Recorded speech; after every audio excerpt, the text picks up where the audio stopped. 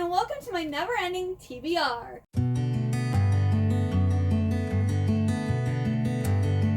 Today we're going to be doing my August manga haul. So we're going to be talking about all of the manga that I got in July. I don't have very many. I actually ordered more, but something weird happened. Barnes & Noble told me they shipped my order, and like the tracking kept on saying that they were waiting for the package. And then like 3 weeks later, Barnes & Noble was like, "Oh, thank you for your return." I'm like, I never received them. What do you mean return? You never sent them to me. So I don't have as many manga as I should have because my order was somehow, I guess, canceled. I don't know. My book haul in September will be bigger because I'll have repurchased those manga. We have 7 to talk about today. Another short, sweet, quick manga haul. First off, we have Vampire Dormitory Volume 14 by Emma Toyama. This is the final volume. Another completed series. Check! And I know for sure there's another completed series that's going to be in August. This here is now a completed manga series, and there's also an anime for it. I think the anime, though, is only like 13 episodes and it's 1 season. I don't know if it's going to get any more. But this is basically about our female main character who is living on the streets and disguising herself as a boy. Well, one day she runs into our vampire who is actually into boys and thinks she's a boy. And so he ends up inviting her to like live in his dorm room as long as he can feed off of her. And they end up falling in love. And I am now excited that this is complete so that I can just binge read it all. Because I probably will be doing some binge reading in December of some books. Because I'm behind on my reading goal. But that gives me a reason then to read more manga because it will up my goal, you know? We have My Special One Volume 10 by Momoko Koda. So we have our main girl, Shihoko, who suffered a mortifying rejection. She's decided to swear off boys. But then she ends up meeting this gorgeous J-pop star, Kota, and I think there is a cute little romance between them. And yeah, I'm excited to finally read this when it's completed. Hopefully it's getting close to the end. And then we have Red River. This is the 3-in-1 edition, which contains volumes 10, 11, and 12 by Chi Shinohara, which so excited because the next volume, I'll finally have all of the volumes that the individual volumes I originally purchased as they were originally coming out many years ago, because that's going to have 13, 14, and 15, and I have 1 through 14 of the individual ones. And I just cannot wait until this is finally completed in my hands because I will be binge reading the entire thing. Don't talk to me, don't look at me. I will be just in my bed, surrounded by all my Red River manga, reading this series. This is kind of like back in like the early 2000s up until 2010. So it was really popular to have a girl from our time who goes back in time or into a different world, kind of like isekai / time travel. You had From Far and Away that had like this general theme. You had Fushigi Yugi, you had Inuyasha. Like it was just like this very common popular trope that I personally love, and I wish we got more of that. I want that trope to make a comeback.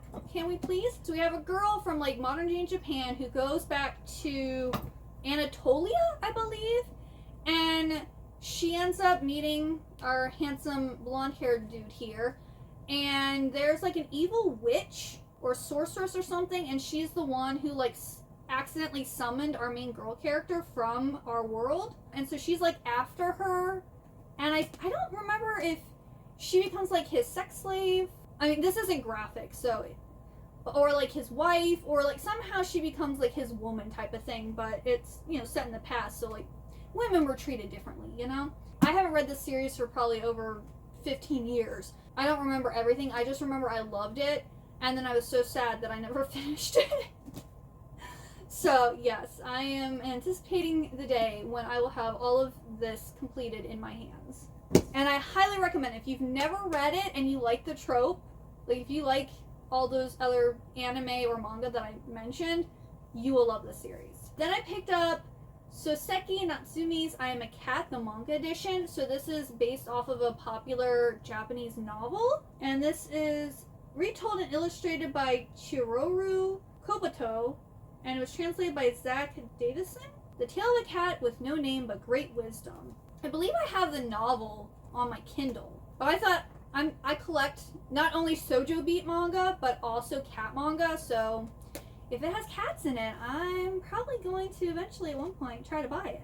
But yeah, it's about this like cat who goes around and like observes humans and like makes comments on like what he sees. So it's set in early 20th century Tokyo, narrated by a world-weary feline who is thrown headlong into human society. His story begins as a kitten, alone and without a name, who finds his way into the home of an English teacher. Here he observes many people coming and going and remarks on all of the foolishness he sees. He provides a running commentary about his master's family, their friends and neighbors, describing their foibles and failings with great wit and humor. So I just think this is going to be really amusing, and I'm hoping to read this one soon. Then this is a new series I found and decided to pick up. It's called The Otaku Love Connection. This is volume 1 by Chu Amaro, but it looks so cute. This has to do with like ships. So we have the shipping never stops at this high school where OTPs, fanboys, fangirls, and NPCs collide. Life has its simple joys, and for geeky fanboy Wataru Otonari, that's admiring his gorgeous classmate Yuzuru Kakoi and her equally gorgeous boyfriend Chihiro Kawaii.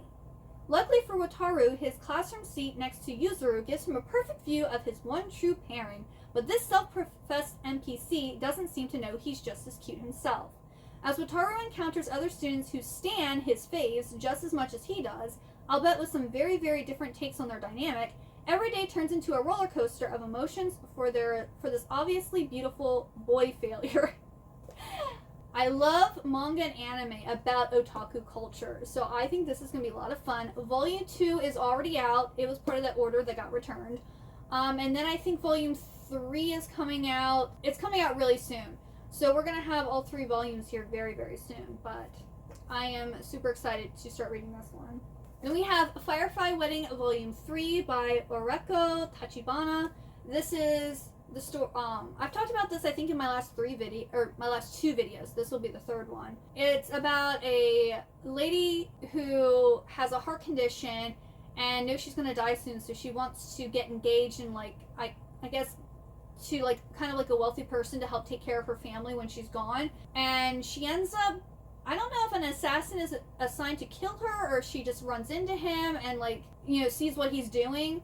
But she ends up proposing to him, and he's like, oh yeah, I'll marry you. And things go from there. And I think it's supposed to be like a kind of gory, dark romance, because there is a lot of fighting and blood and stuff. This is for older teens. I'm interested to see where this one goes. Like, it just seems like an interesting premise, you know? And then the last volume is Otaku Vampire's Love Bite, Volume 4 by Julieta Suzuki.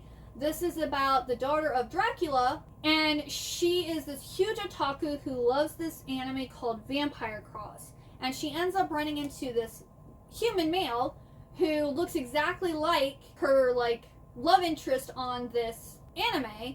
And so she, like, decides to, like, stay in the human world, and, like, she gets an apartment near where he lives, and she's, like, wanting to become his friend and stuff. I'm guessing eventually they kind of get a romance. And there's, like, other vampires that get thrown in, and there's, you know, it's like a cute little rom-com, kind of. And I will say, there will be, like, really good volumes, and then there'll be, like, kind of boring volumes, and, like, I feel like not every single volume is strong.